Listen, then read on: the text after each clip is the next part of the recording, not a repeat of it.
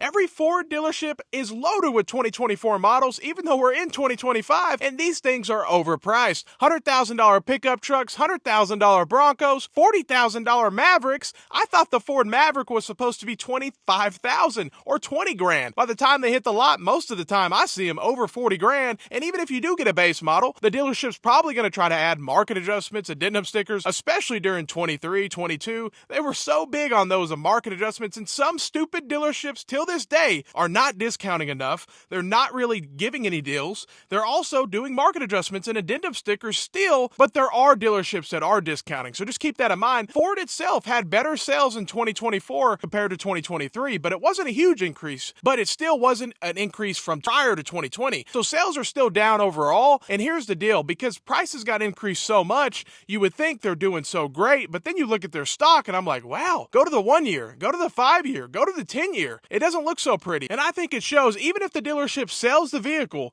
Ford is known as the recall king. So the market knows that Ford sells the vehicle, they still have a lot of costs down the road because there's probably going to be repairs, a lot of them, because they are literally known as the recall king. So they have a lot of issues going on that cost them a lot of money. And then they also have their EV segment, which are not doing as good. Their sales keep going down. They keep lowering their numbers, their quotas. They keep lowering it because the sales are not there. And people are buying them, but it's just not quite to where they need to be because overall they're overpriced. Even when they lowered the price to the Mach-E to compete with the Model Y, people are still saying, I'll just go with Tesla. Even when you have the Ford Lightning on the lot now, because when you didn't have them and that you had one or two dealers were doing markups, now you have a whole row of them, and people are like, I don't want nothing to do with that electric truck that's 70 grand that I know is going to lose so much value. As soon as I drive it off the lot, I've seen them for sale for 40, 50 grand all over the place. I mean, these Ford Lightnings drop quicker than quick, so it's pretty crazy, and everybody knows electric vehicles will drop in value quicker than a standard combustion engine. It's just a fact, so you have to be extremely careful or get a huge discount or know what you're doing because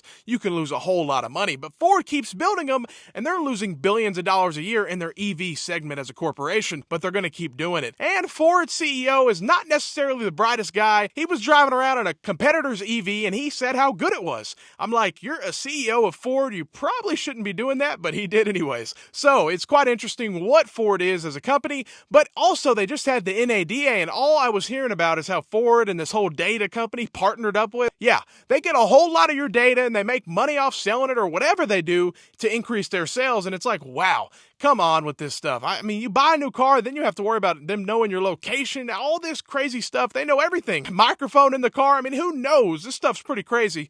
But all they were doing is bragging about how they have this new data and they can capture all this data from their customers. If most customers heard that, they would not appreciate or respect that Ford does that, but every automotive company does it, and it's a big business model for them now, is the whole data capture of your customers. But when you spend $80,000 on a pickup truck, you would think, hey, I at least get some privacy, but I guess not. And it's pretty crazy because these prices got increased so much and they keep redesigning vehicles like the Mustang. Hey, I'll give them credit. At least they kept the V8, but a lot of customers are saying, I don't like the redesign. The big screen, it's a lot of plastic. A lot of people just don't like all these redesigned plastic cars. And when you redesign it, the price goes up to the moon. So people are just like, whoa, I thought it was 50 grand. Now it's 75. Like, what? I thought an F-150, I was coming in here, I can only get a base model F-150 now. I mean, it just is what it is. That's how much the prices got increased. And then not to even think about, the dealership screwed their own clientele base. Also, especially the ones that did the market adjustments and the addendum stickers with crazy add-ons. I've seen insane add-ons.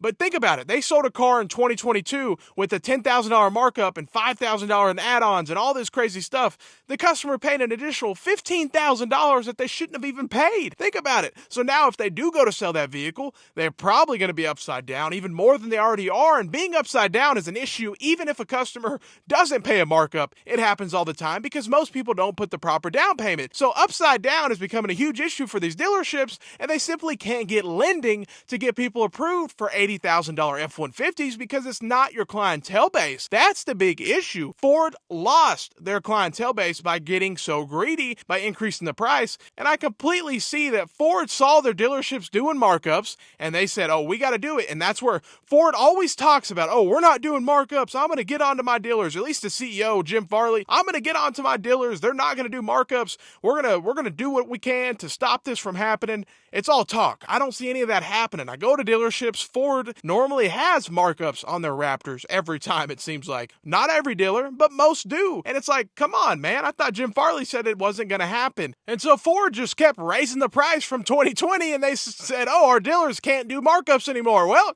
dealerships just slapped a markup on top of it. They don't care. $75,000 Ford Rangers. Yeah, you heard me right. For a Ford Ranger, it's just like I'm scratching my head wondering what is going on with this world. Prices are insane. Greed has taken over Ford, and don't even get me started on the whole data collection. That is something that a lot of consumers really would not like if they knew the truth behind that. It's crazy what Ford is doing, and it's crazy that all their dealerships are loaded with 2024s, and they can't sell this inventory, and it is overpriced, and Ford needs to increase the rebates for their dealers to get this stuff flowing.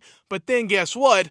Ford's not going to look so pretty on paper. It's going to cost them a whole lot of money, and they already have to pay out a lot of money to their dealers because of repairs, and they're the recall kings, and you guys already know it's a never-ending mess at Ford. But hey, almost every manufacturer is complete overpriced junk nowadays, and Ford is definitely one of them. Let me know what you think. Have a great day, and stay blessed.